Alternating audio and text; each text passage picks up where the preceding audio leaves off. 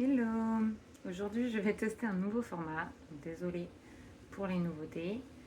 L'idée, c'est de créer un podcast où je vais pouvoir vous parler de tout ce qui est développement personnel. Et l'objectif, du coup, c'est de vous aider à vous épanouir dans une vie qui vous ressemble vraiment.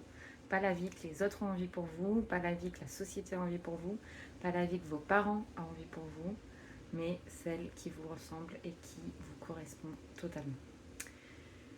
Donc voici le tout premier podcast. C'est plus un essai qu'autre chose, mais c'est pas grave. Le tout premier épisode. Et aujourd'hui, je vais un petit peu vous parler de mon propre parcours, mes propres problématiques et comment j'en suis arrivée à créer Unité Sens et créer cette entreprise qui est vraiment très chère à mon cœur et qui, je l'espère, va vous aider au maximum.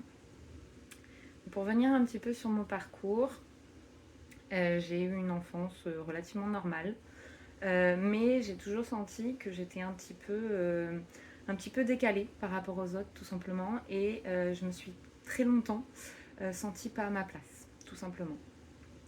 Pourquoi? Il y avait plusieurs raisons. Je suis quelqu'un qui a des fortes émotions.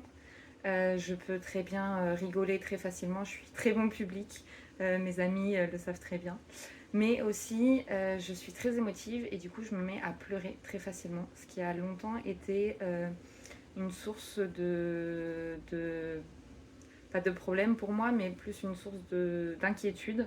Et en gros, je me demandais si j'étais normale, tout simplement. Donc ça a été longtemps compliqué et du coup j'ai longtemps eu du mal à comprendre comment je fonctionnais, comprendre pourquoi j'avais ces émotions aussi fortes. Je peux passer du rire aux larmes en un rien de temps. Euh, et du coup je me sens considérée plutôt comme quelqu'un de triste naturellement, contrairement à d'autres personnes qui sont joyeuses naturellement. Et je prenais un peu ça comme une fatalité, comme s'il n'y avait pas d'autre moyen d'être pour moi et que c'était juste qui j'étais, mais que je ne pourrais pas améliorer ça. Donc ça, c'était un petit peu comment j'ai vécu mon enfance, entre guillemets, et mon adolescence également. Et puis, pendant mes études d'ingénieur et puis pendant mon évolution tout simplement, j'ai découvert petit à petit, je me suis intéressée à plein de domaines parce que j'ai déjà beaucoup de passion, ce que j'appelle les passions, parce que c'est vraiment des choses qui m'apportent beaucoup d'énergie, beaucoup de sens et beaucoup de bien-être. Et j'ai découvert petit à petit le développement personnel, notamment avec la découverte du podcast Change ma vie, qui pour le coup a changé pas mal de choses et qui a été un peu mon premier pas dans le développement personnel. Donc je regardais le développement personnel avant Change ma vie. Je commençais à m'y intéresser un petit peu avant la découverte de ce podcast. Mais j'avais beaucoup de mal à m'identifier au développement personnel tel que je le voyais. C'était très spirituel, beaucoup autour des énergies, autour de la spiritualité en général. Et je n'adhérais pas du tout à cette approche-là du développement personnel.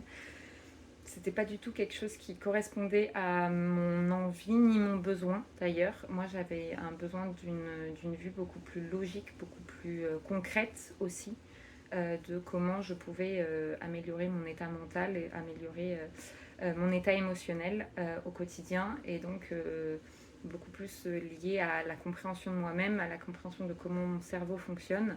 Une vue, je vais dire, un peu plus cartésienne de tout ça. Et donc, c'est comme ça que j'ai découvert Change ma vie. Et j'ai tout de suite énormément accroché à l'approche qu'apportait Change ma vie et à la vision très logique de cette approche-là. Et donc, je me suis beaucoup intéressée à Change ma vie, à Brooke Castillo qui a plus ou moins la même approche, à des choses comme ça. J'ai suivi mon propre coaching. Donc j'ai suivi pendant 3 mois un coaching avec une coach en séance individuelle qui a été un vrai changement mentalement dans ma compréhension de moi-même, dans ma compréhension du développement personnel en général. Et j'ai enchaîné avec également des formations, parce que j'adore apprendre. C'est un de mes comment. Donc j'en reparlerai, mais c'est vraiment une des choses qui est très très importante pour moi et qui, entre guillemets, me définit. Et donc j'ai suivi beaucoup de formations, dont la formation Livebook, qui a une vue très générale de notre vie et de comment on peut améliorer notre vie.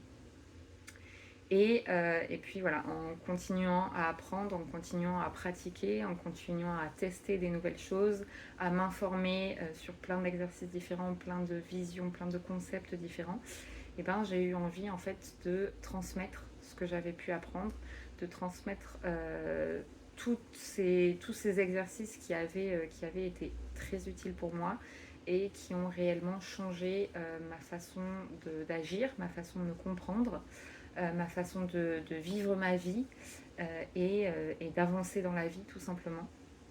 Et donc j'ai eu envie de le partager.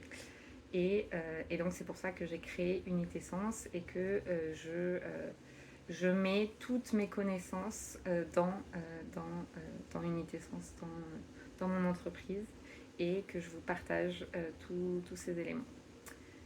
On va s'arrêter là pour le tout premier épisode.